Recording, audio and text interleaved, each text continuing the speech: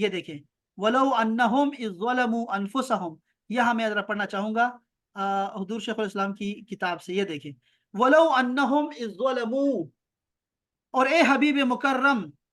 اچھا، یہ آیت جو ہے نا روز رسول پہ آج بھی لکھی ہوئی ہے، آپ ذہن میں رکھیے گا یہ بات، آج بھی لکھی ہوئی ہے. وَلَوْ أَنَّهُمْ إِذْ ظَلَمُوا أَنفُسَهُمْ، اے میرے حبیب اگر وہ لوگ جب اپنی جانوں پر ظلم کر بیٹھتے ہیں، جاؤکا، آپ کی خدمت میں آ جائیں. اب دیکھیں روز رسول پہ یہ لکھا ہوا ہے، آپ کی خدمت میں آ جائیں تو فاستغفر اللہ، تو وہ لوگ وہاں کھڑے ہو کے آپ کے روزے پہ اللہ تعالیٰ سے توبہ کریں. واستغفر لهم الرسول، اور آپ رسول مکرم آپ بھی ان کے لیے استغفار کریں، توبہ مانگے اور ان کے لیے مغفرت مانگے. لوجد اللہ، تو وہ ضرور پائیں گے اللہ کو توابا، بہت توبہ قبول کرنے والا، رحیمن، ہمیشہ بہت رحم کرنے والا پائیں گے. آپ نے دیکھا، یہ ہے وہ آیت جو کہ آج بھی روز رسول پہ لکھی ہوئی ہے. اب ذرا سنیے گا کہ یہ آیت کیوں کوٹ کرتے ہیں ہر فتویٰ دینے والا. یہ آیت کوٹ کرتا ہے امام ابن کثیر، آپ نے نام سنا ہوگا علامہ ابن کثیر کا. یہ جتنے بھی لوگ ہیں نا جو کہ باقی تفاسیر کو نہیں مانتے، اس تفسیر کو سارے مانتے ہیں. وہ کہتے ہیں ابن کثیر بہت سخت ہے، وہ لوگ ہمیشہ بڑے اچھی حدیث اور صحیح حدیثیں لے کے آتے ہیں. تو وہ کیا کہتے ہیں ذرا سنیے گا. اس آیت کریمہ اللہ تعالیٰ نے عاصیوں اور خطا کاروں کو ارشاد فرمایا ہے کہ جب ان سے خطا اور گناہ سرزد ہو جائیں تو انہیں رسول اللہ کے پاس آ کر خدا سے استغفار کرنا چاہیے، اور خود رسول اللہ سے بھی عرض کرنا چاہیے کہ آپ ہمارے لیے دعا کیجئے. جب وہ ایسا کر دیں گے تو یقیناً اللہ تعالیٰ ان کی طرف رجوع کرے گا اور انہیں بخش دے گا اور ان پر رحم فرمائے گا. اس لیے لوجد اللہ تواب الرحیم کہا. یہ روایت بہت سو نے بیان کی، جن میں سے ابو منصور صباغ بھی ہیں. اب انہوں نے کیا کیا، اپنی کتاب میں لکھا، اس آیت کو لکھا اور لکھا کہ اتبی کہ میں حضور صلی اللہ علیہ وسلم کی قبر انور کے پاس بیٹھا ہوا تھا. ایک اعرابی دیہاتی آیا اور اس نے کہا السلام علیک یا رسول اللہ. میں نے سنا ہے کہ اللہ پاک کا ارشاد ہے، اب وہ دیہاتی ہے، کہہ رہا ہے میں نے سنا ہے کہ اللہ پاک نے فرمایا ہے کہ اے حبیب اگر وہ لوگ جب اپنی جانوں پر ظلم کر بیٹھے تھے، اگر آپ کی خدمت میں حاضر ہو جاتے اور اللہ سے معافی مانگتے اور رسول بھی ان کے لیے مغفرت طلب کرتے تو وہ اس وسیلے اور شفاعت کی بنا پر ضرور اللہ کو توبہ قبول فرمانے والا نہایت مہربان پاتے. تو یا رسول اللہ، میں آپ کی خدمت میں اپنی گناہوں پر استغفار کرتا ہوں اور آپ کو اپنے رب کے سامنے اپنا سفارشی بناتا ہوں. یہ خود میں حاضر ہو گیا ہوں. میں یہ کرتے کرتے دیکھا آپ نے اس آیت پہ عمل کرتے ہوئے. اچھا، پھر اس نے یہ اشعار پڑھے، اتنے خوبصورت اشعار. اس کا ترجمہ سنیں جا. اے مدفون، اے اس پاک جگہ پہ مدفون لوگوں میں سب سے بہتر، جن کی وجہ سے میدان اور ٹیلے اچھے ہو گئے، میری جان قربان اس قبر پر جس میں آپ رونق افروز ہیں، جس میں عفاف بھی ہے، وجود بھی ہے، کرم بھی ہے، سخاوت ہے. پھر یہ شعر پڑھ کے نا اعرابی جو تھا، وہ عربی وہ لوٹ گیا، چلا گیا اور مجھے نیند آ گئی. اتبی فرماتے ہیں جب میں نے خواب میں نبی کریم صلی اللہ علیہ وسلم کو خواب میں دیکھا، اب میں سو گیا ہوں تو میں نے خواب میں رسول اللہ صلی اللہ علیہ وسلم کی زیارت کی. آپ نے مجھ سے فرمایا اتبی جا اس اعرابی کو خوشخبری سنا کہ اللہ تعالیٰ نے اس کے گناہ معاف فرما دیے ہیں. اب یہ واقعہ کون ذکر کر رہا ہے پتہ ہے؟ یہ امام ابن کثیر ذکر کر رہے ہیں اپنی تفسیر میں، اور شعب الایمان امام بہقی نے اس کو روایت کیا، ابن قدامہ نے روایت کیا، امام نووی نے اس کو روایت کیا، امام ابن عساکر نے روایت کیا، اور شفاء السقام میں الجوہر، بہت سارے علماء نے اس کو روایت کیا. یہ تو بہت تھوڑے لکھے ہوئے، بہت سارے جو ہے نا علماء نے اس کو روایت کیا. اور یہ بات اس بات پہ جو ہے ان کا عقیدہ ہے کہ رسول اللہ صلی اللہ علیہ وسلم کی بارگاہ میں آج بھی اگر کوئی حاضر ہوتا ہے اور یہ آیت پڑھ کے آپ کے وسیلے پہ توبہ کرتا ہے تو اللہ تعالیٰ اس کی توبہ قبول فرمائے گا. اس پہ یہ سارے پورے بحث ہے جو کہ ہم نے ابھی آپ کے سامنے اوپر پڑھی. امام قرطبی نے اس کو روایت کیا، آپ حیران ہو جائیں گے. امام قرطبی نے کیا کہا، ابو صادق نے علی سے روایت کیا کہ ہمارے سامنے ایک دیہاتی حضور کی تدفین کے 3 دن بعد آیا اور اس نے اپنے آپ کو نبی صلی اللہ علیہ وسلم کے قبر مبارک کے قریب زمین بوس کر دیا، یعنی زمین پہ آ گیا، اس کی مٹی اپنے اوپر ڈالی اور کہا اے اللہ کے رسول، آپ نے فرمایا اور ہم نے آپ کا قول مبارک سنا ہے، آپ نے اللہ تعالیٰ سے احکامات لیے اور ہم نے آپ سے احکامات لیے اور انہی میں سے اللہ کا یہ فرمان بھی ہے کہ وَلَوْ أَنَّهُمْ إِذْ ظَلَمُوا أَنفُسَهُمْ، یہ پوری آیت پڑھی، اور اس کے بعد اس عرابی کی التجا پر اسے قبر سے ندا دی گئی، قبر سے آواز آئی کہ أَنَّهُ قَدْ غُفِرَ لَكَ، بے شک تمہاری مغفرت ہو گئی ہے۔ اب یہ امام قرطبی نے اس کو روایت کیا ہے، اندازہ کریں۔ اچھا، یہ اس طرح کی پھر بہت ساری جناب وہ ساری چلتی ہے، آگے چلتی ہے۔ اچھا، یہ تھا مصر کا فتویٰ، اس پہ انہوں نے بہت ساری احادیث یہاں روایت کی ہے۔ ایک روایت میں آتا ہے کہ جس نے میرے وصال کے بعد میرے قبر کی زیارت کی، گویا اس نے میری حیات ظاہری میں زیارت کی ہے۔ یہ بھی حدیث پاک یہاں ذکر کر دی۔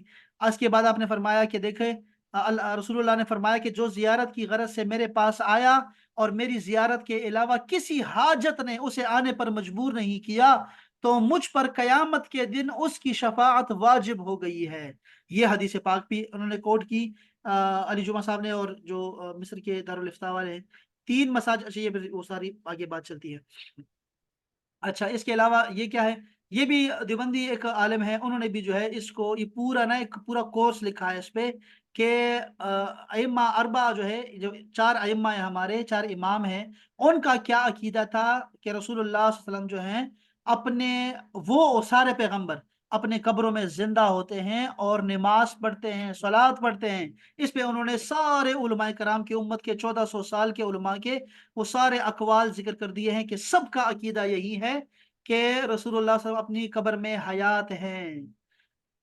یہ ہے اب یہ دیکھیں، یہ فتویٰ جو ہے یہ دعوت اسلامی والوں کا جو ہے نا فتویٰ ہے، اور انہوں نے بھی اسی میں بھی وہی احادیث اور وہی آیات کوٹ کی ہیں جو ابھی ہم نے آپ کے سامنے پیش کی ہیں، اور اس پہ انہوں نے آخر میں اعلیٰ حضرت احمد رضا خان بریلوی رحمۃ اللہ علیہ کا فتویٰ بھی وہ بھی درج کیا ہے کہ آپ نے فرمایا کہ حضرات انبیاء حیات اور ممات ہر حالت میں طیب اور طاہر ہیں، بلکہ ان کے لیے موت اللہ تعالیٰ کے وعدے کی تصدیق کے لیے ایک لمحے کو آتی ہے، پھر وہ ہمیشہ کے لیے حیات حقیقی دنیاوی میں اور روحانی اور جسمانی کے ساتھ زندہ ہوتے ہیں، جیسا کہ عقیدہ اہل سنت والجماعت کا ہے۔ اسی لیے کوئی ان کا وارث نہیں ہوتا، دیکھا نا، اور ان کی عورتوں سے کوئی نکاح بھی نہیں کرتا۔ دیکھا آپ لوگوں نے، شہید سے پیغمبر اعلیٰ افضل ہوتے ہیں، کیوں؟ کیونکہ شہید کی بیوی سے نکاح ہو جاتا ہے، لیکن پیغمبر ایسا زندہ ہے قبر میں، ایسا زندہ ہے کہ اس کی بیوی سے نکاح نہیں ہوتا۔ اللہ اکبر۔ پھر حضرت کے اشعار بھی ہیں، اور یہ اتنے خوبصورت انہوں نے وہ سارے دلائل دیے ہوئے ہیں جو دلائل ہمارے ہم پڑھتے ہیں، اور وہی جو ہم نے ابھی پڑھا ہے کہ شہید جو ہوتا ہے، انہوں نے شہید کی طرف سے سمجھایا ہے کہ جو شہید ہوتا ہے، ویسے تو ہر مردہ نے قبر میں زندہ ہونا ہے اور اس سے سوال جواب ہوگا، یہ تو سب کو عقیدہ ہونا چاہیے سب کا کہ ہر مردہ ہی قبر میں زندہ کر دیا جاتا ہے، لیکن اس کے بعد کیا ہوتا ہے؟ اس کے بعد جیسے جو شہید ہے اس کے بارے میں کہا گیا، یہ بڑے عجیب بات ہے کہ دوسرے پارے میں البقرہ میں فرمایا گیا کہ تم نے شہیدوں کے بارے میں کہنا نہیں ہے، کہنا نہیں، ولا تقولوا، کہنا نہیں ہے کہ شہید مر گئے، شہید تو زندہ ہوتے ہیں، اور لیکن تمہیں شعور نہیں ہے۔ اب اس کے بعد آل عمران میں چلے گئے فوراً، تو چوتھے پارے میں اللہ پاک نے فرمایا وَلَا تَحْسَبَنَّ الَّذِينَ قُتِلُوا فِي سَبِيلِ اللَّهِ، کہ تم نے گمان بھی نہیں کرنا، تمہارے دماغ میں یہ دل میں یہ بات آنی بھی نہیں چاہیے کہ شہید مر گئے، شہید زندہ ہوتے ہیں۔ اب دیکھو، کل ہم نے پڑھا تھا کہ رسول تمام مخلوقات سے افضل ہوتا ہے، تو جس شہید کو کلمہ پڑھایا، جس شہید کو جہاد کا جذبہ، شوق اور ثواب کے بارے میں بتایا اس پیغمبر نے، تو وہ شہید تو زندہ ہے، لیکن کیسے ہو سکتا ہے کہ وہ پیغمبر مر جائے؟ تو پیغمبر شہید سے اعلیٰ افضل ہوتے ہیں اپنے قبر میں بھی، اور وہ اچھے جو ہے وہ اپنے شان کے مطابق اپنے قبر میں زندہ ہوتے ہیں، اور اللہ تعالیٰ کی حمد و ثنا میں مصروف رہتے ہیں، مشغول رہتے ہیں۔ اس پہ انہوں نے حضرت موسیٰ علیہ السلام کا بھی تذکرہ کیا کہ موسیٰ علیہ السلام کے ساتھ بھی ملاقات ہوئی۔ آپ کو پتہ ہے کہ بے شک زمین انبیاء کے اجسام کو نہیں کھاتی، بے شک نبی کریم بیت المقدس میں بھی موسیٰ علیہ السلام سے ملے، بیت المقدس میں اپنے قبر میں بھی ان کو دیکھا کہ وہ صلوات والسلام میں مصروف تھے، اور آسمانوں پر بھی ان سے ملاقات ہوئی۔ تو یہ تو موسیٰ علیہ السلام کا حال ہے، تو یہ تو ہمارا ایمان ہے کہ موسیٰ علیہ السلام سے ہمارے رسول افضل اور اعلیٰ ہے، اعلیٰ ہے، افضل اور اعلیٰ ہے۔ تو یہ ساری انہیں تو ساری قاضی ثناء اللہ پتی رحمۃ اللہ علیہ، پانی پتی رحمۃ اللہ علیہ کے بارے میں امام قرطبی کا حوالہ دیا انہوں نے، اور یہ ساری آیات جتنے بھی ہم نے پڑھی وہ ساری آیات یہاں پہ درج ہیں، اور اس پہ جو جو جو جو احادیث ہے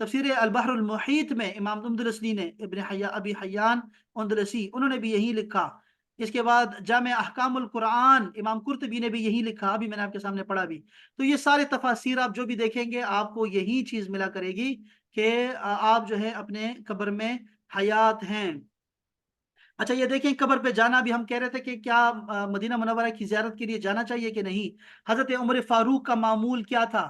حضرت کعب الاحبار کے قبول اسلام کے بعد حضرت عمر فاروق نے ان سے کہا کہ کیا آپ رسول اللہ صلی اللہ علیہ وسلم کے روضہ اقدس کی زیارت اور فیوز و برکات حاصل کرنے کے لیے میرے ساتھ مدینہ منورہ چلیں گے؟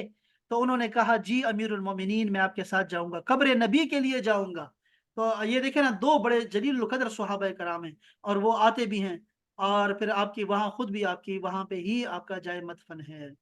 اسی طرح حضرت عائشہ صدیقہ رضی اللہ تعالیٰ آپ کے روزہ اقدس پہ حاضر ہوا کرتی تھی زیارت کی نیت سے، ویسے تو انہی کا گھر تھا لیکن زیارت کی نیت سے آیا کرتی تھی۔ وہ کیا فرماتی ہیں، یہ تمام کتابوں نے لکھا ہوا ہے کہ میں اس مکان میں جہاں رسول اللہ صلی اللہ علیہ وسلم اور میرے والد گرامی مدفون ہیں، جب داخل ہوتی تو یہ خیال کر کے اپنی چادر اتار دیتی کہ یہ میرے شوہر نامدار ہیں اور یہ والد گرامی ہی تو ہیں۔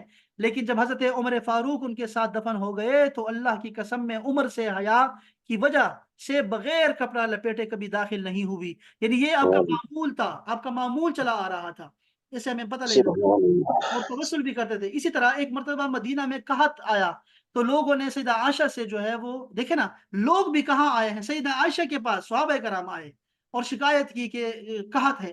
آپ نے کیا فرمایا، دوا کیا کی؟ آپ نے کہا کہ حضور صلی اللہ علیہ وسلم کی قبر انور کے پاس جائیں اور وہاں سے ایک روشن دان آسمان کی طرف کھولنا اور قبر انور اور آسمان کے درمیان کوئی پردہ حائل نہ ہو۔ راوی کہتے ہیں کہ ایسا کرنے کے بعد کیا ہوا، اتنی زور کی بارش پڑی کہ اتنی زور کی بارش پڑی کہ جس کی وجہ سے خوب سبزہ اگ آیا اور اونٹ اتنے موٹے ہو گئے کہ محسوس ہوتا تھا کہ جیسے وہ چربی سے پھٹ پڑیں گے۔ ہم نے اس سال کا نام عام الفتق رکھا، یعنی سبزہ کو شادگی کا سال رکھ دیا۔ اتنا زیادہ یہ رسول اللہ کے توسل سے، یعنی ان کو ہی پتا تھا کہ آپ کی دعا پس وفات بھی قبول ہوتی ہے اور امت کے لیے خیر کی دعا کرتے رہتے ہیں۔ یہ بہت ساری احادیث میں ہمیں ملتا ہے۔ اسی طرح امام شافعی نے کیا فرماتے ہیں، ہمارے لیے ان کی رائے سب سے اعلیٰ ہے، یعنی ان کا عمل بہت اعلیٰ ہے ہمارے لیے۔ اسی طرح حضرت عبداللہ ابن عمر، ان کا کیا معمول تھا؟ ان کے آزاد کردہ غلام نافع ہے، وہ روایت کرتے ہیں اپنے استاد سے کہ عبداللہ ابن عمر کا معمول تھا کہ جب بھی سفر سے واپس لوٹتے تو حضور صلی اللہ علیہ وآلہ وسلم کے روضہ اقدس پر حاضری دیتے اور کیا کہتے، السلام علیک یا رسول اللہ، السلام علیک یا ابا بکر، السلام علیک یا ابتاہ، اے میرے بابا جان آپ پہ بھی سلام ہو۔ یہ سلام پڑھا کرتے تھے، حاضر کا صیغہ استعمال کرتے تھے۔ اسی پہ جو ہے نا وہ انہوں نے قاضی ایاز نے بھی اس پہ لکھا ہے، اللہ اکبر، 100 سے زائد مرتبہ جو ہے وہ آپ نے حاضری دی ہے عبداللہ ابن عمر نے، اور زیارت قبر نبی کی زیارت کی نیت سے آپ نے 100 سے زیادہ مرتبہ جو ہے، یہ ساری زندگی کا معمول تھا، 100 دفعہ بس زندگی ہوتی ہے نا، جب بھی آپ آتے تو ایسے کہا کرتے تھے۔ اسی طرح حضرت انس کے کیا معمول تھا؟ حضرت انس بن مالک رسول اللہ صلی اللہ علیہ وسلم کی قبر مبارک پر آتے دیکھا، ٹھیک ہے، کہتے ہیں میں نے دیکھا، ابو امامہ فرماتے ہیں صحابی ہے، انہوں نے وہاں آ کر توقف کیا، ٹھہر گئے، اپنے ہاتھ اٹھائے دعا کے لیے، یہاں تک کہ شاید میں نے گمان کیا وہ نماز ادا کرنے لگے ہیں، دعا کر رہے۔ پھر انہوں نے رسول اللہ صلی اللہ علیہ وسلم کی بارگاہ میں سلام عرض کیا اور واپس چلے گئے۔ یہ طریقہ تھا صحابہ کرام کا۔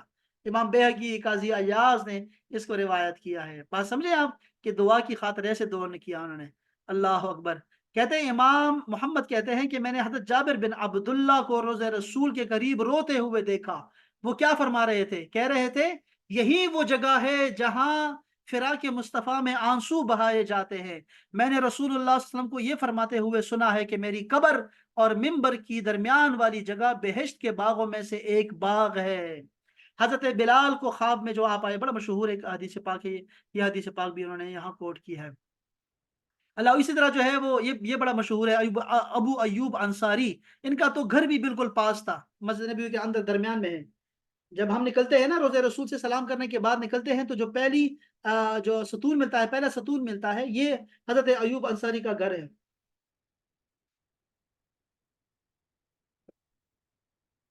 اسی طرح آپ کیا کر رہے تھے؟ ایک روز خلیفہ مروان جو تھا بنو امیہ کا، وہ روز رسول پہ آیا۔ اس نے دیکھا کہ ایک آدمی حضور پر نور صلی اللہ علیہ وسلم کی قبر انور پر اپنا منہ رکھے ہوئے ہے۔ مروان نے کہا کیا تو جانتا نہیں کہ تو کیا کر رہا ہے؟ بیعت بھی کر رہا ہے۔ جب مروان اس کی طرف بڑھا تو دیکھا کہ وہ حضرت ابو ایوب انصاری جیسے جلیل القدر صحابی تھے۔ اس نے جواب دیا، ہاں میں جانتا ہوں کہ میں کیا کر رہا ہوں، میں اللہ کے رسول کی بارگاہ میں حاضر ہوا ہوں، کسی پتھر کے پاس نہیں آیا۔ یہ قبر رسول ہے، اپنے دل کے غم سارے یہی سناؤں گا، اس لیے تو رو رہا ہوں، آپ کے فراق میں سارے غم یہی بیان کروں گا۔ اللہ اکبر۔ یہ اس طرح بہت سارے حضرت عمر بن عبدالعزیز کا ان کا معمول بھی یہی تھا۔ جب میں نے انہیں الوداع کہا تو انہوں نے کہا مجھے آپ سے ایک ضروری کام ہے۔ پھر فرمایا جب آپ مدینہ منورہ حاضر ہوں تو رسول اللہ صلی اللہ علیہ وسلم کی بارگاہ کی قبر مبارک پہ آپ حاضری دے کر میری طرف سے سلام پیش کر دیجئے گا۔ حضرت عمر بن عبدالعزیز کے جو گھر تھا نا وہ مصر میں ہے، ان کا ابھی تک وہ بڑا مشہور ہے، میں گیا بھی ہوں وہاں پہ مصر میں، تو ان کا وہاں پہ گھر ہے، اور ان کے جو والد گرامی تھے وہ یہاں پہ تھے، وہ خلیفہ تھے، لیکن یہ انہوں نے پڑھا وہاں پہ ہے، مدینہ منورہ میں پڑھا ہے انہوں نے، اور یہی ان کا معمول تھا کہ وہ سلام جو ہے وہ ہمیشہ بھیجا کرتے تھے رسول اللہ صلی اللہ علیہ وسلم کی بارگاہ میں۔ اسی طرح ایک قاصد آیا، آپ کا ایک قاصد کو شام سے بارگاہ نبوی میں اپنی طرف سے درود و سلام کا ہدیہ پیش کرنے کے لیے بھیجا کرتے تھے۔ یہ کتابوں میں لکھا ہوا ہے۔ عمر بن عبدالعزیز، ان کا نام بھی کتنا ہے دیکھیں پھر، اللہ پاک نے اس عقیدہ کا، یہ ساری پوری امت کا عقیدہ ہے۔ بہرحال یہ دیکھیں قبر انور میں زندہ ہے، اس پہ پھر حدیث شروع ہوئی، وہ ہم تو اوپر ہم پڑھ رہے تھے۔ یہ دیکھو دیہاتی والا واقعہ جو ہے وہ یہاں بھی انہوں نے ذکر کر دیا کہ سارا وہ واقعہ سب ذکر کریں گے، چونکہ یہ تفسیر اتنی مستند تفسیر ہے، اور اس کے بعد یہ باقی علماء نے بھی اس کو روایت کیا ہے۔ یہ دیکھیں یہ ساری ان سب آیات اور ان ساری احادیث کا جو لب لباب ہے وہ یہی ہے کہ رسول اللہ صلی اللہ علیہ وسلم جو ہیں وہ اپنی قبر انور میں جو ہیں وہ حیات ہیں، اور دنیاوی زندگی گزار رہے ہیں، اور یہاں سے جو ہے وہ ہماری درود بھی سنتے ہیں، ہمارا سلام بھی سنتے ہیں، اور اپنے امت کی فریاد رسی بھی کرتے ہیں۔ اور ہمارے شعراء نے بھی اس کو بہت زیادہ اس کو اٹھایا ہوا، علامہ اقبال کو دیکھیں، اور ایک خاصا نے رسول وقت دعا ہے، امت پہ تیری آ کے عجب وقت پڑا ہے، اور پتہ نہیں کیسے کیسے شاعر جو ہے نا وہ یہی جو ہے توسل اور وسیلے کا جو ہے عقیدہ رکھتے ہیں۔ اور یہ ساری احادیث آپ کے سامنے ہیں، اتنی ساری احادیث ہیں، میں زیادہ وہ کتنا پڑھوں گا۔ اچھا میں آپ کو یہ جو کتاب ہے، یہ حیات النبی جو ڈاکٹر طاہر القادری صاحب نے لکھی ہے، یہ کتاب جو ہے ان تمام حوالہ جات کا جو ہے خلاصہ وہ سارا کا سارا یہاں پر انہوں نے جو ہے وہ جمع کر دیا ہے حیات النبی نامی کتاب میں۔ یہ کتاب بھی میں آپ کے ساتھ شیئر کرتا ہوں، اور جو میں نے فتوجات پڑھے ہیں ان میں سے کچھ جو ضروری ہیں، جن میں جو دلائل ہیں وہ میں آپ کے ساتھ شیئر کر دوں گا۔ یہ کتاب بھی پڑھنے والی کتاب ہے، اور پڑھنے کی عادت ڈالیں، جتنا پڑھیں گے اتنا ہی آپ کا عقیدہ مضبوط ہوگا، اور چیز آپ کو سمجھ آئے گی، قرآن حدیث کی سمجھ آئے گی۔ ابتدا انہوں نے اس بات کی سے کی کہ دیکھیں ذرا غور کریں، یہ ابھی باب شروع نہیں کیا، قرآن حدیث سے بات نہیں کر رہے، ایک آپ کو مثال دے کے بتا رہے ہیں۔ کہتے ہیں کہ وہ جو دوسروں کو زندگی دینے والا ہے وہ خود کیسے زندہ نہیں ہوگا؟ چمک تجھ سے پاتے ہیں سب پانے والے، ہاں تو زندہ ہے واللہ، تو زندہ ہے واللہ، میری چشم عالم سے چھپ جانے والے۔ ابتدائی دور میں حضور اکرم صلی اللہ علیہ وآلہ وسلم مسجد نبوی میں کھجور کے ایک خشک تنے کے ساتھ کھڑے ہو کر آپ خطبہ ارشاد فرماتے تھے۔ اسی وجہ سے حضور علیہ السلام کو کافی دیر کھڑا ہونا پڑتا تھا۔ صحابہ کرام رضوان اللہ تعالی علیہم اجمعین، یہ بات ان پہ بڑی گراں گزرتی تھی کہ آپ کھڑے ہیں اور ہم سارے بیٹھے ہوئے ہیں اور آپ خطبہ دے رہے ہیں، اور آپ کے خطبات آپ کو پتہ ہے کہ فجر سے شروع ہو کے ظہر تک، پھر ظہر سے شروع ہو کے عصر تک اتنے لمبے لمبے خطبات بھی ہوا کرتے تھے، جتنا جتنا اللہ پاک نے آپ کو حکم دیا ہوتا تھا آپ بیان کرتے تھے۔ صحابہ کرام کو یہ بات بڑی لگتی تھی، تکلیف دے لگتی تھی۔ انہوں نے عرض کیا کہ آپ کے لیے ایک ممبر بنوا لیا جائے جس پر بیٹھ کر آپ خطبہ ارشاد فرمایا کریں۔ بعض روایات کے مطابق یہ درخواست گزار ایک خاتون تھی۔ خاتون نے عرض کیا کہ میرا بیٹا جو ہے وہ ترکان ہے، لکڑی کا کاروبار کرتا ہے، اگر اجازت ہو تو میں ممبر بنوا کر آپ کی خدمت میں پیش کر دوں۔ حضور اکرم صلی اللہ علیہ وسلم نے اس درخواست کو منظور کر کے اجازت مرحمت فرما دی۔ ممبر بن کر مسجد نبوی میں آ گیا، اور جب اگلے جمعے آپ نے ممبر پر بیٹھ کر خطبہ دینا شروع کیا تو اس تنے نے محسوس کیا کہ آج محبوب نے مجھے چھوڑ کر ممبر کو زینت بخشی ہے۔ چنانچہ وہ زاروں قطار رونے لگ گیا۔ مجلس میں حاضرین تمام صحابہ کرام رضوان اللہ اجمعین نے اس کے رونے کی آواز کو سنا۔ جب آقا علیہ السلام نے اس کی کیفیت دیکھی تو آپ ممبر سے اتر کر اس کے پاس تشریف لے گئے اور اس پر دست شفقت رکھا، جس پر وہ سسکیاں لیتا ہوا بچوں کی طرح خاموش ہو گیا۔ عبداللہ ابن عمر فرماتے ہیں کہ رسالت مآب علیہ السلام ایک کھجور کے تنے کے ساتھ خطبہ ارشاد فرماتے تھے، اور یہی انہوں نے پھر سارا ذکر کر دیا۔ اب دیکھیں حضرت جابر بن عبداللہ نے کیا کہا، کھجور کے تنے نے بچے کی طرح رونا شروع کر دیا۔ رسالت مآب ممبر سے اتر کر اس کے قریب کھڑے ہو گئے اور اسے بغل میں لے لیا، جیسے روتے ہوئے بچوں کو چپ کرایا جاتا ہے۔ حضرت انس بن مالک یہی کیفیت بیان کرتے ہیں۔ یہ ساری احادیث ہیں اور اس کو آپ نے خاموش کرایا۔ اب سنیں ذرا اس سے کیا معلوم ہوا۔ دیکھیں شیخ الاسلام فرماتے ہیں کہ لکڑی کا ایک خشک اور بے جان ستون جو کہ علم، ادراک، حواس کی کیفیات سے بھی نہ اشنا نہ تھا، بلکہ علم و ادراک وغیرہ کے محلات سے محروم تھا، کیونکہ اس دنیا میں حیات کے لیے پہلے محل حواس کا ہونا ضروری ہے۔ نہ کان ہے، نہ آنکھیں ہیں، حجی نہ زبان ہے، حضور کے ساتھ مس ہو جائے تو اسے بھی حیات نصیب ہو جاتی ہے۔ تو آپ اندازہ لگائیے کہ وہ آقا جو خود دوسروں کو حیات کی خیرات عطا کرنے والے ہیں، اور پھر ایسی چیزوں کو جن میں حیات کے تقاضے بھی نہیں پائے جاتے، اس آقا علیہ السلام کو خود کتنی کامل تر حیات نصیب ہوگی، خود وہ کس قدر ہوں گے، کس حیات کے ساتھ ہوں گے۔ اسی لیے سب کا یہ عقیدہ ہے اہل سنت جماعت کا کہ آپ کی جو زندگی ہے وہ شہداء سے بھی اعلیٰ بہترین ہے، پیغمبروں سے بھی اعلیٰ اور بہترین ہے، اور آپ وہاں پہ آپ کو رزق دیا جاتا ہے اور آپ اپنے رب کے حمد و ثنا میں مصروف ہیں اور امت کے لیے دعا کرتے ہیں اور خوش بھی ہوتے ہیں۔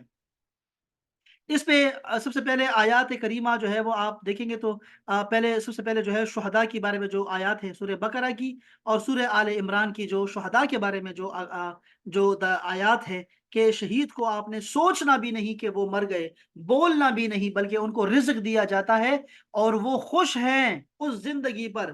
یہ دونوں آیات حیات شہداء پر بصراحت دلالت کرتی ہے، لیکن انبیاء کا درجہ شہداء سے کہیں عرفہ اور اعلیٰ ہے، اس لیے انبیاء کرام کے لیے بطرے کی اولا حیات ثابت ہو گئی۔ حضور اکرم کی شان تو تمام انبیاء سے بھی بلند اور بالا ہے، اس لیے حضور کی حیات مبارکہ بھی ان آیات سے ثابت اور متحقق ہو گئی۔ امام تقی الدین سبکی نے اسی سے بیان کیا، اور انہوں نے یہ کہا کہ پس محال ہے کہ شہداء کو تو کمال حاصل ہو اور انبیاء کو حاصل نہ ہو، بلکہ اس سے تو کہیں زیادہ آپ کو ملا ہوا ہے۔ اور بہت زیادہ انہوں نے تفسیر بیان کرتے کرتے کرتے پھر کہا کہ دیکھیں رسول اللہ صلی اللہ علیہ وسلم خود بھی شہیدوں کے درجوں میں ہیں، کیونکہ غزوہ خیبر کے موقع پہ ایک یہودن نے آپ کو زہر کھلا دیا تھا، ٹھیک ہے، آپ نے تھوڑا سا چکھا ہی تھا، اس کا درد جو ہے وہ آپ نے آخری عمر میں جو ہے وصال سے پہلے آپ نے سیدہ عائشہ کو بتایا۔ کیا بتایا؟ کہتے ہیں کہ حضرت بشر بن برا اس کے کھانے سے اسی وقت انتقال کر گئے تھے اور نبی اکرم زندہ رہے، یہ آپ کے حق میں معجزہ تھا، زہر کا درد حضور کے مرض موت تک ساتھ رہا۔ اس وقت سیدہ عائشہ کو آپ نے فرما دیا تھا کہ مجھے وہ تکلیف آج بھی جو ہے وہ محسوس ہو رہی ہے۔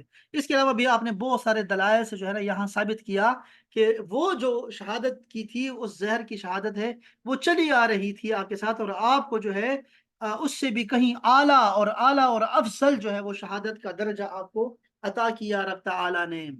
اس میں بہت تفصیل سے وہ لکھا ہوا ہے، جنید بغدادی کا فرمان بھی یہاں لکھا ہوا ہے، بہت تفصیل سے لکھا ہوا ہے۔ اسی طرح جو ہے آپ کو حکم دیا گیا سورہ زخرف میں کہ وہ رسول جو ہم نے آپ سے پہلے مبعوث فرمائے ان سے پوچھئے، اللہ نے رسول کو حکم دیا کہ ان سے پوچھئے، وہ پیغمبر تو چلے گئے ہیں، ان سے پوچھئے کہ کیا ہم نے رحمان کے علاوہ کوئی معبود بنائے ہیں جن کی عبادت کی جائے؟ ٹھیک ہے، آپ کو یہ حکم دیا گیا۔ حضرت عبداللہ ابن عباس نے کیا فرمایا، ذرا سنیے، صحابی ہیں، وہ کیا فرماتے ہیں؟ وہ کہتے ہیں جب شب معراج حضرت صلی اللہ علیہ وسلم کو مسجد اقصی پہنچایا گیا تو اللہ نے حضرت آدم اور ان کی اولاد میں سے تمام رسولوں کو مسجد میں جمع فرما دیا۔ جبرائیل نے آذان دی اور پھر اقامت کہی گئی اور عرض کیا اے اللہ کے رسول آگے تشریف لائیے اور انہیں نماز پڑھائیے۔ جب آپ نماز سے فارغ ہوئے تو جبرائیل نے عرض کیا ان رسولوں سے جن کو ہم نے آپ سے پہلے مبعوث کیا ہے دریافت کیجئے۔ تو آپ نے فرمایا میں نہیں پوچھتا، کیونکہ اس میں مجھے کوئی شک ہی نہیں ہے جو اللہ نے فرمایا ہے۔ دیکھا آپ نے، وہ کہتے ہیں کہ انبیاء کرام سے خطاب کرنے کا حکم دیا جانا اس بات کا تقاضا کرتا ہے کہ انبیاء کی حیات کو تسلیم کیا جائے۔ علامہ ابن قیم نے کہا کہ یہ سلام خطاب اور ندا ایسے شخص کے لیے درست ہے جو کہ سننے کی صلاحیت رکھتا ہو۔ سننا حیات ہے، زندگی ہے۔ یہ دلائل کے طریقہ ہے ان کا دلائل لینے کا کہ پیغمبر سارے جو ہے وہ زندہ ہوتے ہیں۔ یہ بات آگے چلتی گئی، پھر اس کے بعد ایک اور آیت انہوں نے تفصیل سے بیان کی کہ اللہ پاک قیامت کے دن کا حال فرمایا کہ اس طرح ہم نے تم کو امت وسط یعنی افضل امت بنایا تاکہ تم لوگوں پر گواہ ہو جاؤ۔ یعنی ہماری جو امت ہے، یہ جو امت ہے، یہ تمام امتوں پہ گواہ رہیں گے، اور رسول جو ہمارے رسول ہیں وہ ہمارے اوپر گواہی دیں گے۔ اب گواہ جو ہوتا ہے، گواہ کا مطلب کیا ہوتا ہے؟ جو کہ جس کو پتا ہو، جس نے دیکھا ہو سارا کا سارا۔ تو ہمارے پیغمبر اس آیت سے انہوں نے یہ آیت جس میں آپ کو شہید کہا گیا، بار بار شہید کہا گیا، اور آپ کو شاہد کہا گیا، گواہ کیا گیا، وہ ساری آیات کو جمع کر کے پھر آپ نے فرمایا کہ آپ کو شہادت کا بیان کیا ہے کہ مشاہدے کے لیے حاضر ہونا، زندہ ہونا، خواہ وہ ظاہری آنکھ کے ساتھ ہو یا باطنی آنکھ کے ساتھ ہو، وہ ثابت ہو جاتا ہے۔ اسی لیے شاہ عبد العزیز نے بھی یہی فرمایا، جو کہ شاہ ولی اللہ کے بیٹے ہیں، انہوں نے یہی کہا، ساری دنیا یہی کہہ رہی ہے۔ حضرت سعید بن مسیب کا واقعہ یاد ہے احباب؟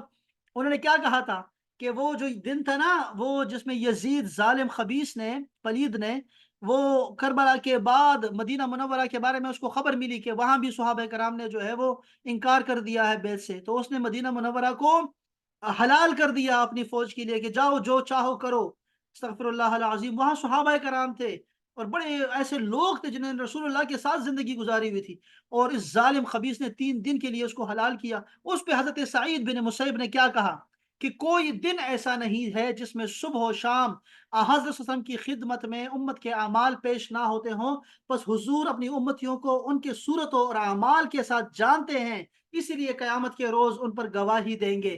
یہ سعید بن مسیب کا واقعہ ہے۔ ابھی ان کا وہ واقعہ آئے گا جب انہوں نے اس بات بارے میں جو ہے وہ بیان کیا ہے، انہوں نے اسی میں آئے گا۔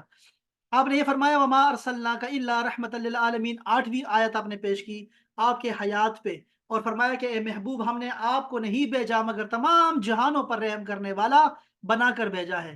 اس پہ صاحب روح المعانی نے کیا کہا کہ جو مسلک میرے نزدیک مختار ہے اور اعلیٰ ہے وہ یہ ہے کہ نبی اکرم عالمین کے ہر فرد کے لیے رحمت ہے، فرشتوں، انسانوں، جنوں، سب کے لیے حضور رحمت ہے، اور اس امر میں جن اور انس، مومن کافر درمیان کوئی فرق نہیں ہے۔